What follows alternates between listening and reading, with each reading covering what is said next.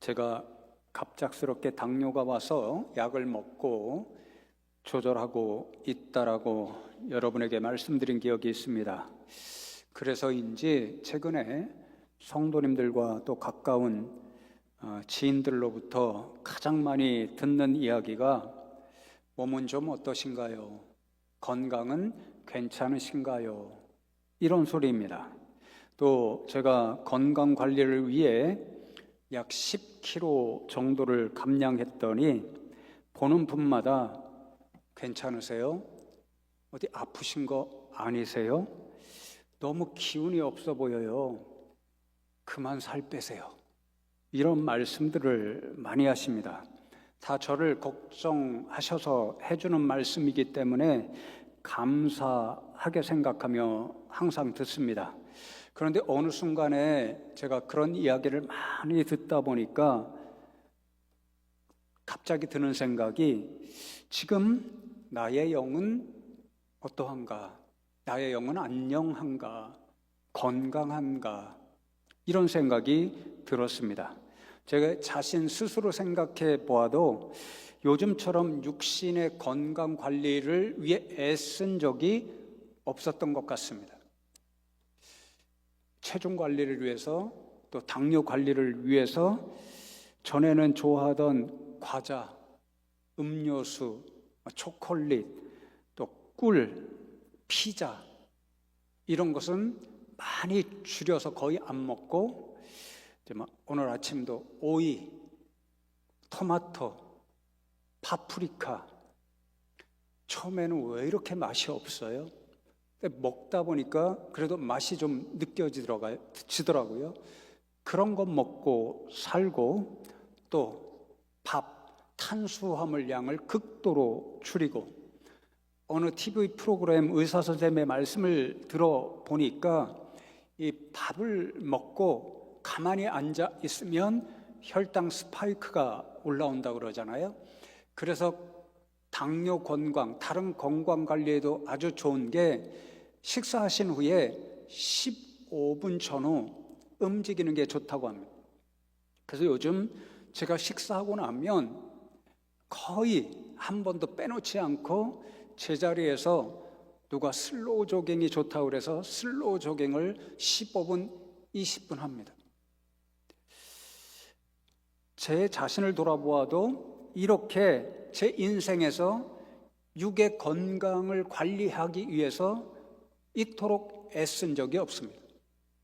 그러다 보니까 어느 순간에 제게 드는 생각이, 지금 영의 건강을 위해서는 얼마나 애를 쓰고 있는가? 육의 건강을 관리하는 만큼 영의 건강 관리를 위해서 얼마나 노력하고 있는가? 이런 생각이 들었습니다. 성도 여러분은 어떠하신가요? 성도님들 가운데도 건강 관리를 위해서 음식 관리 철저하게 하시는 분들이 있다는 것 제가 알고 있고, 또 운동도 많이 하시고 있고, 또 몸에 좋다는 영양제 적어도 몇 가지는 드시죠.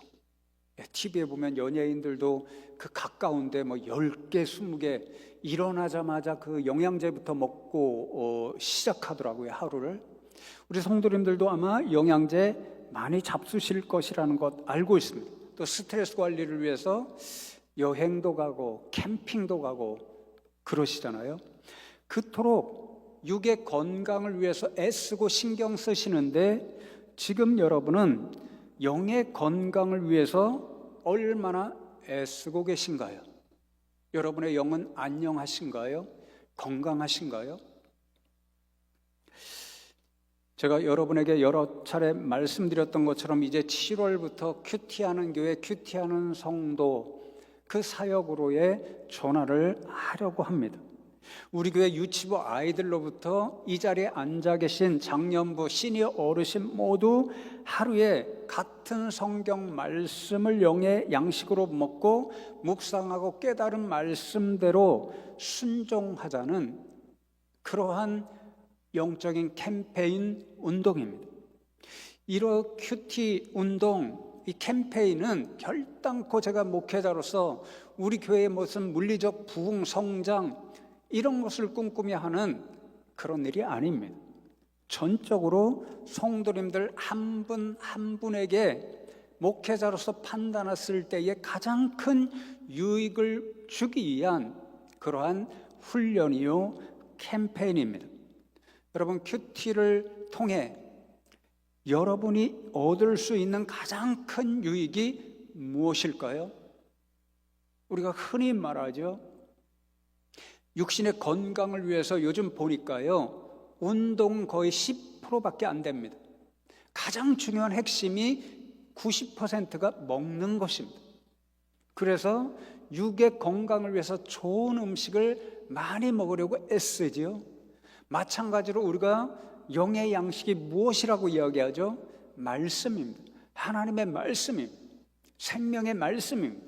그러니까 우리가 영을 건강하게 유지하기 위해서는 매일 육신의 양식을 먹는 것처럼 영의 양식도 매일 먹어야 합니다. 여러분, 묻겠습니다. 여러분, 육의 건강을 소원하시죠? 아니에요? 그만큼 영의 건강도 소망하시죠? 그러면 저를 믿고 온 교회와 성도님들과 함께 7월부터 진행되는 큐티 운동에 동참하면 좋겠습니다. 하나님의 말씀을 매일 한 절 한마디라도 먹고 그 말씀과 더불어 씨름하고 하나님께서 깨닫게 해주시는 대로 순종하며 살아가는 저와 여러분 되면 좋겠습니다. 확신합니다. 그런 말씀의 역사가 있을 때 저와 여러분의 영은 소성하고 강건한 영혼으로 거듭나게 될 줄로 믿습니다. 그래서 6월 한 달 동안에는 다시 말씀으로라는 총 주제로 돌아가서 매주마다 성도님들이 7월부터 시작될 큐티, 말씀을 가까이 하는 훈련에 동참하자는 그런 권면의 말씀을 이어가려고 합니다. 오늘은 첫 번째 시간으로 함께 봉독한 사무엘상 3장 말씀을 가지고 먼저 저와 여러분의 영적인 건강 상태가 어떠한가, 오늘 이 시간 말씀을 들으면서 나의 영은 안녕한가, 그것을 점검해 보자는 뜻에서 영은 건강하신가요? 영은 안녕하신가요? 이런 제목으로 말씀을 전해드리려고 합니다. 저와 여러분의 영적인 건강 상태가 지금 안녕한가, 건강한가, 그것을 판단할 수 있는 기준이 무엇일까요? 오늘 말씀해 보면 바로 하나님의 말씀이다, 그렇게 우리에게 가르쳐 줍니다. 오늘 함께 봉독한 사무엘상 3장 19절과 20절의 말씀을 이어지는 3장 21절과 4장 1절 전반절의 말씀과 함께 다시 한번 봉독해 드리겠습니다. 사무엘이 자라매 여호와께서 그와 함께 계셔서 그의 말이 하나도 땅에 떨어지지 않게 하시니 단에서부터 부엘세바까지의 온 이스라엘이 사무엘은 여호와의 선지자로 세우심을 받은 줄을 알았더라. 여호와께서 실로에서 다시 나타나시되 여호와께서 실로에서 여호와의 말씀으로 사무엘에게 자기를 나타내시니라. 사무엘의 말이 온 이스라엘에 전파되니라. 그렇게 말씀합니다. 제가 이 구절들에서 사무엘의 말이 하나도 땅에 떨어지지 않게 하시니, 이 말씀을 목회자로서 너무 사모합니다. 저도 사무엘처럼 하나님 주신 첫 번째 사명이 생명의 말씀을 연구하고 잘 준비해서 여러분에게 전하고 가르쳐 드리는 것, 이게 첫 번째 사명이라고 알고 있기 때문에 이 말씀을 너무도 사모하는 거죠. 그래서 미국에서 둘째 아이 한민이가 출생했을 때에 걔 의향도 묻지 않고 중간 이름, 영어로는 미들네임이라고 그러는데요, 이 미국의 이름을 사무엘이라고 정했습니다. 지금도 한민이라고 부르는 이름보다 샘, 사무엘을 가까운 별칭으로 이렇게 부르면서 샘 혹은 둘째이기 때문에 우리 집에서는 항상 아기입니다, 애기야, 뭐 이렇게 부릅니다. 그 정도로 저는 이 말씀을 사모합니다. 사무엘의 말이 하나도 땅에 떨어지지 않았다라는 이 말씀의 뜻은 사무엘이 입술로 내뱉는 말이 헛된 말이 하나도 없었고 그가 내뱉는 말마다 그 말 그대로 이루어지고 성취되었다, 이 뜻입니다.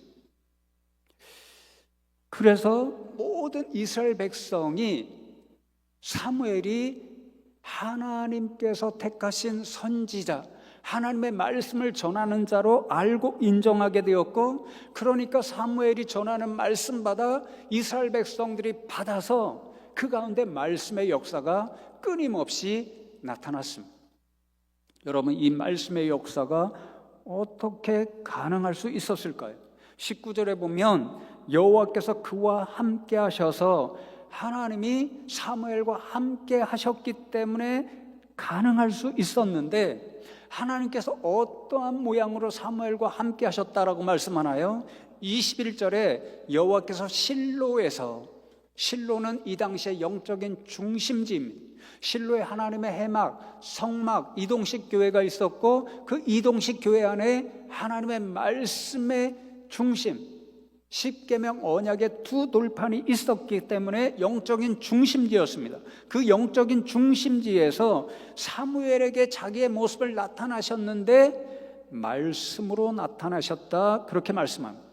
하나님께서 말씀으로 사무엘과 함께 하셨습니다. 그 입술에 자신의 말씀을 넣어 주셨습니다. 사무엘은 그렇기 때문에 자신의 말이 아니라 하나님으로부터 받은 하나님의 말씀을 그대로 백성에게 전했습니다.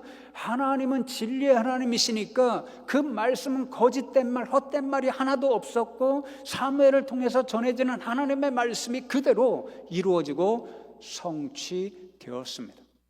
그러니까 백성들은 확실히 알고 인정했죠. 그렇구나, 사무엘은 하나님께서 택하신 말씀의 사자, 선지자고, 저 사람이 뱉는 모든 말은 하나님의 말씀이니까 우리가 그 말씀대로 받고 순종하자. 그래서 말씀의 역사가 끊임없이 이스라엘 백성들 가운데 나타났습니다. 여러분, 이런 모습이 사모되지 않나요? 딱 한 분만 아멘 하네요. 저는 이렇기 때문에 이 말씀 읽고 묵상할 때마다 이 말씀이 너무너무도 사모됩니다. 그런데 여러분, 오늘 본문 사무엘상 3장 19절의 말씀을 원어로 보면 우리나라 성경에는 번역되지 않은, 그러나 저는 오늘 이 말씀을 읽는 가장 핵심적이라고 생각하는 한 단어, 접속사가 기록되어 있습니다. 와우라는 접속사인데 우리나라 말로 다양하게 옮겨집니다.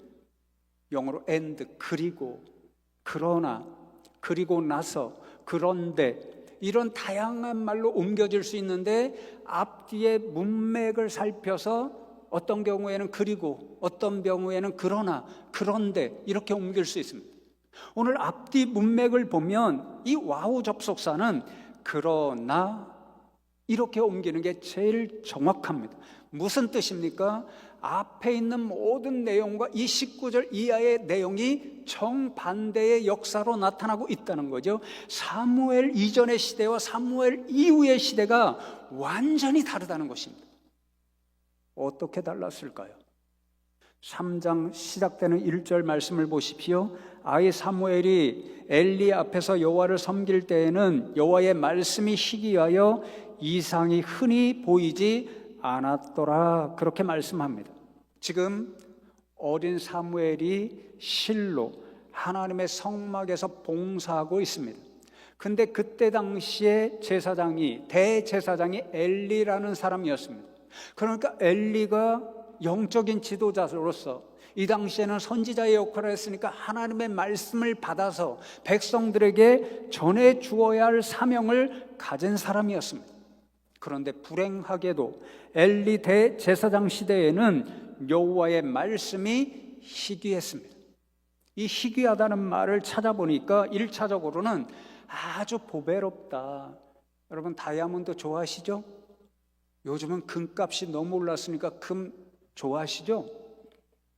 그런 보물과 같이 보배롭다, 귀하다 이런 뜻인 동시에 그 다이아몬드가 귀한 까닭, 이 보배로운 까닭이 무엇입니까? 드물기 때문이죠. 드물기. 많지 않기 때문에 그렇죠.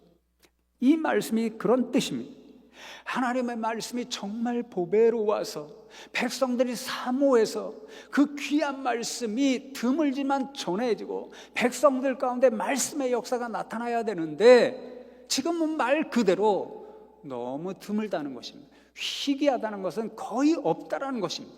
그러니까 하나님의 말씀을 백성들이 들을 수가 없고 말씀의 역사가 나타나지 않습니다. 그러나 사무엘의 시대는 그 보배로운 하나님의 말씀이 사무엘의 입술로부터 끊임없이 백성들에게 전해지고 백성들은 그게 하나님의 말씀임을 알았기 때문에 받아들이고 그래서 그 가운데 이스라엘 전체 가운데 말씀의 역사가 끊임없이 나타나는 거죠. 여러분, 어떻게 이러한 차이가 만들어졌던 것일까요?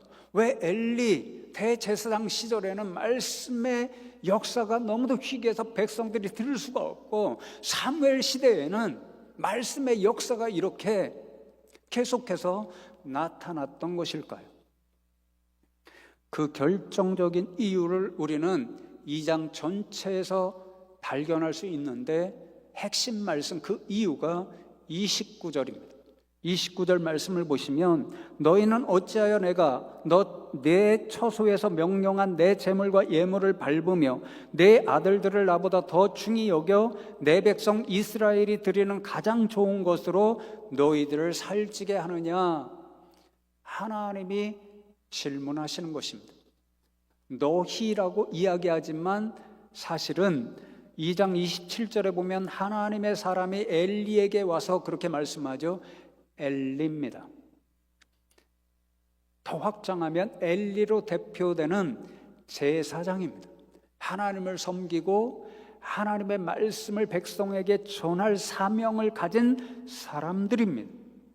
이제 백성들이 이런 제사장의 도움을 받아서 하나님 앞에 제물을 가지고 와서 드리며 예배를 드립니다. 그 제물을 잡아 하나님 앞에 드릴 때 가장 좋은 부분은 누구에게 마땅히 드려야 하나요? 하나님께 드려야 합니다. 그런데 지금 이상한 일이, 하나님 보시기에 아주 악독한 일이 일어나고 있습니다. 가장 좋은 부분을 하나님께서 가져가셔야 되는데, 하나님께 드려야 되는데 그 가장 좋은 부분을 사람이 취하고 있습니다.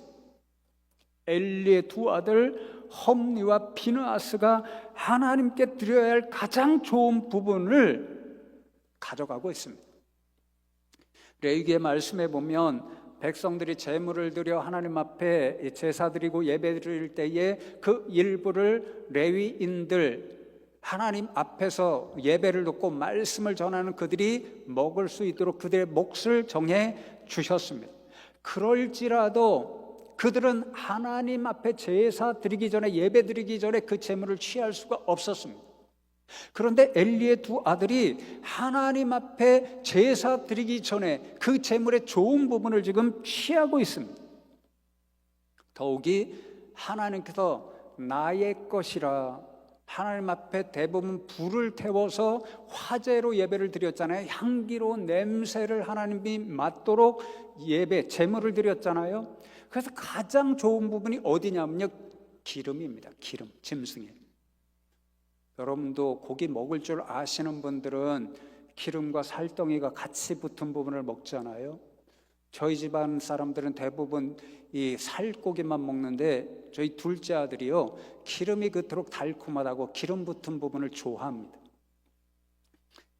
하나님이 그걸 아셨던지 가장 맛있는 부분, 기름은 내 것이라고 이야기합니다. 근데 그게 아니죠. 재물을 불살라 드릴 때 기름이 있어야 잘 타고 향기가 올라갑니다. 화제를 받으시니까 기름은 내 것이라고 말씀합니다. 그런데 홈리와 비느하스는요, 이제 2장 몇 절이죠? 15절과 16절 보시면 고기를 제사 드리기 전에 달라고 하니까 그 제물을 하나님 앞에 드리는 다른 레위인들이 기름을 태운 이외에야, 화제로 하나님 앞에 올려드린 이후에야 당신들 먹을 고기를 가져가십시오 그럽니다. 그런데 아니야, 고기를 구워 먹을 때 기름도 같이 구워 먹어야 맛있거든. 하나님의 것을 누가 취했는가? 홈리와 비나스가 취해버렸습니다. 하나님께 드리는 예배를 완전히 무시함으로 하나님의 존재까지도 그들은 무시했습니다. 그래서 사무엘상 2장 17절에 보면 이 소년들의 홈리와 비느하스의 죄가 여호와 앞에 심히 크면 그들이 여호와의 제사를 멸시함이었더라, 그렇게 말씀합니다. 심지어 홈리와 비느하스는 회막 앞에서, 성막 앞에서 하나님 앞에 예배드리는 교회 일 모든 돕는 여인들과 동침하는 아주 흉악한 죄도 저지르고 말았습니다. 여러분, 아버지인 대제사장 엘리가 이 사실을 알았을까요? 몰랐을까요? 알았습니다. 사람들이 수군수군합니다. 어떻게 저럴 수가 있지? 어떻게 하나님의 제사를, 예배를 무시할 수 있지? 하나님의 것을 어떻게 사람이 취할 수 있지? 자기들이 아무리 권세가 있어도 어떻게 이렇게 흉악한 죄를 범할 수 있지? 사람들이 수군수군하는 음성을 제사장 아버지로서 엘리는 들었습니다. 흉악한 죄라는 사실도 알았습니다. 그래서 2장 24절에 보면 내 아들들아 그리하지 말라 다 이릅니다. 그런데 그것이 전부였습니다. 아버지이기에 앞서서 대제사장으로서 엘리는 두 아들의 악행을 그만두도록 해야 할 영적인 책임을 가진 사람이었습니다. 그는 대제사장이라는 권세가 있었습니다. 그 권세를 사용하면 두 아들의 이 악행을 얼마든지 멈출 수 있었습니다. 아니, 하나님을 생각했다면 반드시 멈추어야 했던 사람이 엘리였습니다.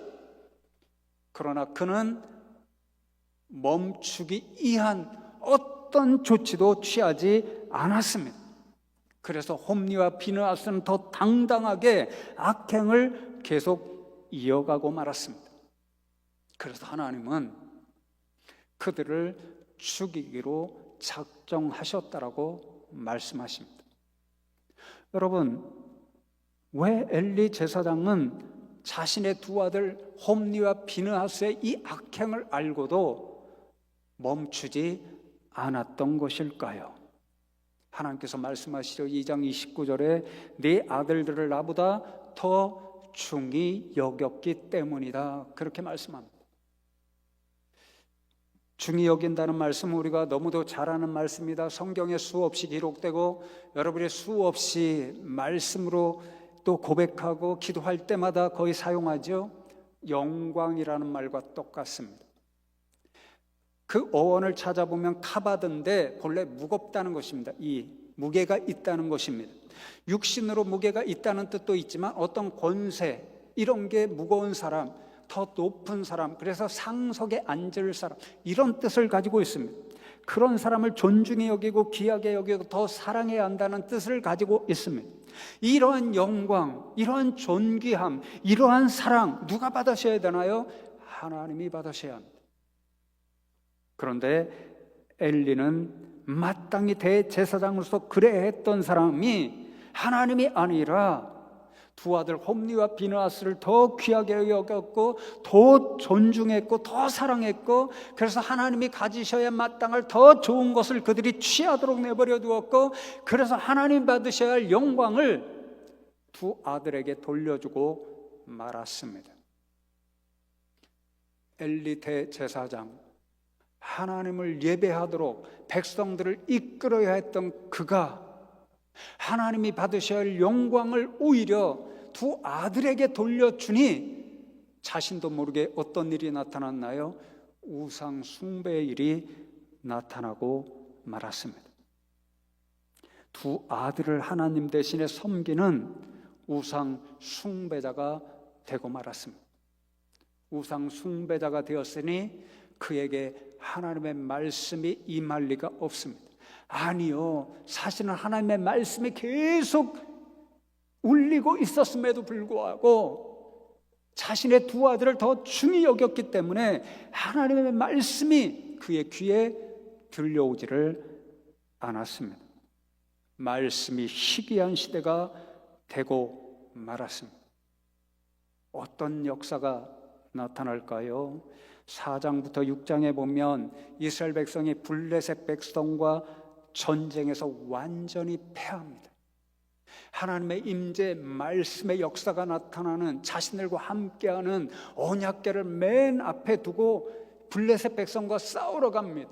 블레셋 백성이 언약궤가 이스라엘 진영에 들어올 때 막 땅이 진동하니까, 와, 저들의 신이 저들과 함께하는구나. 블레셋 백성이 완전히 쫄았습니다. 불이기상 이스라엘 백성이 이겨야 했습니다. 그런데 완전히 패하고 말았습니다. 그들의 지도자 홈리와 비느하스가 그 자리에서 전사했습니다. 하나님 말씀하신 대로 죽고 말았습니다. 하나님의 말씀의 궤, 언약의 두루돌판이 있는 그들의 상징이었던, 신앙과 모든 정신의 상징이었던 언약궤를 빼앗기고 말았습니다. 그 이야기를 듣고 충격을 받아 엘리 제사장도 의자에서 앉아있다가 뒤로 넘어져 죽고 말았습니다. 결론, 6장에 이가봇의 시대가 시작되었다. 하나님의 영광이 이스라엘에게서 떠난 죽음의 시대, 암흑의 시대가 시작되었다. 하나님의 말씀이 희귀해서 말씀이 나타나지 않는 영적 죽음의 시대가 20년 동안이나 지속되고 말았습니다. 반면에 엘리 대제사장 그리고 그 두 아들 홈리와 비느하스 비교할 때 사무엘의 영적인 상태는 어떠했을까요? 그의 영적인 상태를 반복해서 말씀해주는 한 단어가 있습니다. 두 구절만 읽어드리면 2장 11절에 엘가나, 이제 사무엘의 아버지죠. 엘가나는 자기 집으로 돌아가고 그 아이 사무엘은 제사장 엘리 앞에서 여호와를 섬기니라. 18절에도 사무엘은 어렸을 때에 세마포 에봇을 입고 여호와 앞에서 섬겼더라. 사무엘은 어떤 사람이었는가? 어려서부터 하나님을 섬기는 사람이었습니다. 사무엘은 기도의 자식이었죠. 그의 어머니 한나가 오랫동안 아이를 못 낳으니까 너무 고통스러웠고, 이제 하나님 앞에 가서 눈물로 신음하며, 하나님 제게 자식을 주시면 그 자식의 일생을 하나님께 드리겠습니다. 하나님이 그 기도를 들으시고 한나의 신음소리, 고통, 그것을 감찰하시고 기도한 대로 아들을 주셨습니다. 그 아들이 사무엘이죠. 자신의 생명보다 더 귀한 아들입니다. 그런데 한나는 자신의 소원을 잊지 않았습니다. 젖을 떼자마자 사무엘을 하나님 앞에 드렸습니다. 기어 다닐 때부터 사무엘은 엘리 대제사장의 영적인 지도를 받으며 하나님을 섬기는 사람으로 자라갔습니다. 심지어는 충격적인 말씀이, 제가 말씀이 길어질까 봐 기록했지는 않았지만 3장 2절과 3절 말씀에 보면 엘리 대제사장과 두 아들은 자기 처소에서 잠들어 있고 어린 사무엘이 하나님의 성소에서 지금 잠자고 있다라고 기록되어 있습니다. 이건 놀라운 충격적인 장면입니다. 이제 출애굽기의 말씀에 보면 하나님께서 성막을 지으라고 말씀하시고 그곳에 필요한, 하나님을 예배하기 위한 온갖 귀한 기구들을 만들라고 하시는데 그 가운데 하나가 등잔대입니다. 지성소와 성소를 가르는 휘장 바로 앞에서 24시간, 아니 밤새도록 불이 붙어 있어야 됩니다. 그것은 꺼지지 말아야 합니다. 꺼지지 않고 불이 붙여 있는 그 성막을 보고 이스라엘 백성들이 오늘도 하나님께서 이 밤에 우리와 함께 저 자리에 계시고 우리를 지켜주시는 거나, 그것을 보는, 그것을 확인하는 중요한 장치였습니다. 그것을 누가 감당해야 되는가? 밤새도록 제사장이 해야 하는 일이었습니다. 마땅히 누가 해야 했습니까? 엘리나 그의 두 아들 홈리와 비느하스가 해야 하는 일이었습니다. 그런데 그들은 지금 자신의 처소에서 잠들어 있습니다. 누가 그 등불, 그 등잔, 누가 돌보고 있는가? 어린 사무엘이 지금 감당하고 있습니다. 그토록 엘리와 홈리와 비느하스는 영리 죽어 있었습니다. 잠들어 있었습니다. 반면에 사무엘은 어린 시절로부터 이렇게 하나님을 섬기며 엘리, 대제사장을 이어서 하나님의 선지자가 될 것이라는 것을 보여주었습니다. 그래서 하나님은 엘리도 버리고 홈리와 비느하스도 버렸습니다. 그러나 사무엘은 선택하셨습니다. 부르셨습니다. 그와 말씀으로 함께 하셨습니다. 그래서 사무엘이 전하는 모든 말씀이 하나님의 말씀이므로 백성들에게 분명히 사무엘은 하나님의 선지자구나, 사무엘이 전하는 말씀은 하나님의 말씀이구나 받았고, 그래서 말씀의 역사가 나타나기 시작했습니다. 어떤 일이 백성들과 이스라엘 나라에 임하였을까요? 4장으로부터 6장, 그 결론은 이가봇의 시대, 영적 죽음의 시대라고 말씀드렸죠. 20년이 지났습니다. 사무엘이 말씀의 사람 선지자가 되었습니다. 이스라엘 백성들을 미스바로 인도합니다. 하나님의 말씀대로 순종하지 못하고 살지 못한 그들의 영적인 죄를 하나님 앞에 회개하기 시작합니다. 그때 블레셋이 다시 쳐들어옵니다. 모든 이스라엘 백성들이 20년 전에 완전한 패배를 생각하면서 두려워 떨기 시작합니다. 사시나무 떨듯이 벌벌 떨었다라고 말씀합니다. 상황을 보면 완전히 져야 했습니다. 그러나 이스라엘 백성들이 완벽하게 승리합니다. 하나님이 그들과 함께 하셨기 때문에 그들은 승리했습니다. 그리고 7장에 우리가 너무도 잘 아는 말씀이죠. 어떤 시대가 열리나요? 에베네셀, 하나님이 여기까지 우리와 함께 하시고 도우신다. 20년 동안은 영적인 죽음의 시대, 하나님이 함께 하시지 않는 이가봇의 시대, 완전한 패배의 시대, 슬픔의 시대, 그것을 살았지만 이제부터는 하나님께서 다시 우리와 함께 하시고 우리를 도우시는 생명의 역사, 말씀의 역사, 영이 회복되는 역사, 에베네셀의 시대라고 그들은 고백합니다. 성도 여러분, 그렇습니다. 오늘 우리의 영이 정말 건강한가, 안녕한가, 그렇지 않은가 스스로 구별하는 기준이 무엇인가? 우리 가운데 사무엘을 통하여 그 자신과 이스라엘 백성들에게 나타났던 말씀의 역사가 지금 나타나고 있는가, 그렇지 않은가 스스로를 돌아보면 판단할 수 있습니다. 하나님의 말씀이 날마다 사모됩니다. 하나님의 말씀을 가까이 하지 않으면 견딜 수 없습니다. 그래서 말씀을 펼쳐 날마다 한 절 한 구절에도 읽고 말씀과 씨름합니다. 그 말씀이 주시는 깨달음대로 듣고 순종합니다. 누구가 전하든지 이 단에서 하나님의 말씀을 전할 때마다 귀를 쫑긋 세우고 듣게 되고 말씀이 깨달아지고 은혜가 됩니다. 그러면 지금 저와 여러분의 영은 살아있는 것이고 강건한 상태입니다. 그러나 말씀이 사모되지 않고 읽어도 재미가 없고 들어도 들리지 않고 설교자 네가 말씀을 잘 준비해봐라 그러면 우리가 안 듣겠냐, 그런 마음이 들고 하나님이 주신 말씀대로 순종하지 않으면 저와 여러분의 영은 지금 죽어 있는 상태입니다. 그때 우리는 무엇이 우리에게 말씀의 역사를 가로막는 내 안에 숨겨진 우상이 무엇인가 스스로를 점검해 보아야 할 때입니다. 제가 사용하는 주석에 제가 말씀드렸죠. 엘리 대제사장이 자기도 모르게 두 아들을 우상으로 섬기는 우상 숭배자가 되어버렸다고 주석이 그대로 적고 있더라고요. 우리가 하나님보다 더 사랑하고 마음을 두는 것이 있다면 그것이 바로 우상 숭배입니다. 우상 숭배의 유혹은 그래서 멀리 있지 않습니다. 항상 우리의 가장 가까운 곳에 있습니다. 그것은 내 남편일 수도 있고 자식일 수도 있고 물질일 수도 있습니다. 제가 이렇게 말씀드리면 어쩌면 시대적인 현상이고 어쩌면 여러분이 진짜 그렇게 아니요, 다 그렇게 사시는데 핑계의 우상이 될 수도 있는 것이 있습니다. 요즘 시대의 현상이죠. 바쁜 것입니다. 바쁘시죠? 정신 없으시죠? 여러분 생업 때문에 바쁘고 이것 때문에 저것 때문에 다 바쁘시죠? 저희 말씀을 준비하면서 어떤 사설을 보았는데 그 제목이 어느 신문에 이렇게 쓰여 있더라고요. 우리는 왜 계속 바쁘기만 한 걸까? 우리의 모습입니다. 그래서 제가 다음 달부터 하나님 말씀 가까이 하십시다.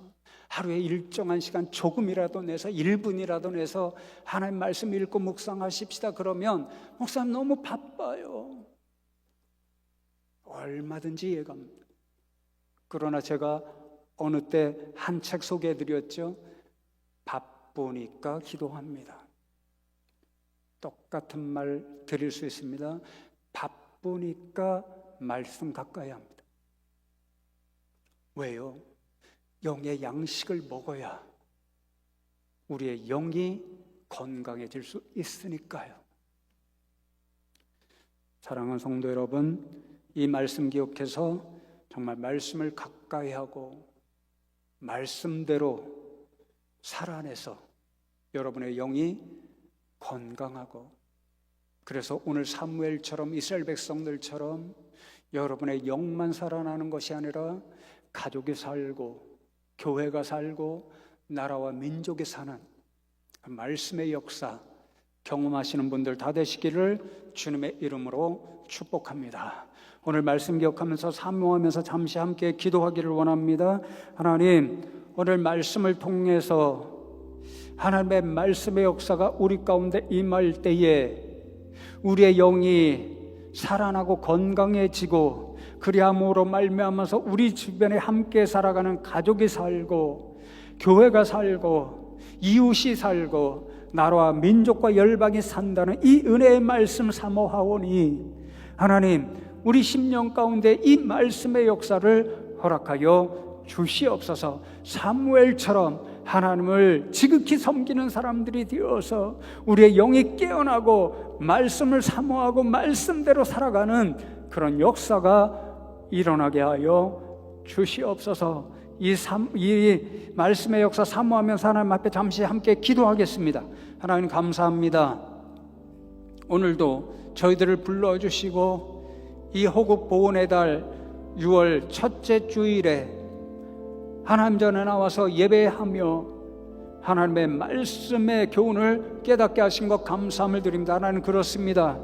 육의 건강을 신경 쓰는 만큼 우리가 더 중요하게 영의 건강을 신경 써야 하는데, 우리가 너무도 때때로 바빠서 잊고 영의 양식인 하나님의 말씀을 가까이 하지 못할 때가 너무도 많습니다.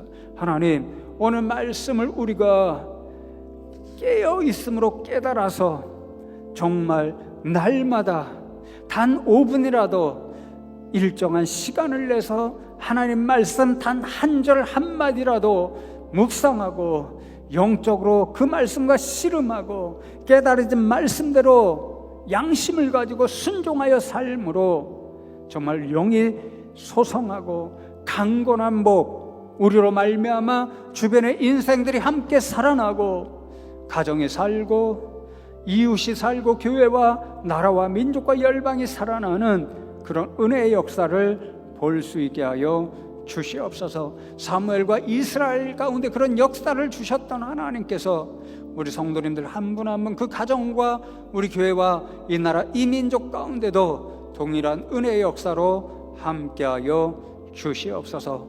감사드렸고 예수 그리스도의 이름으로 기도드리옵나이다. 아멘.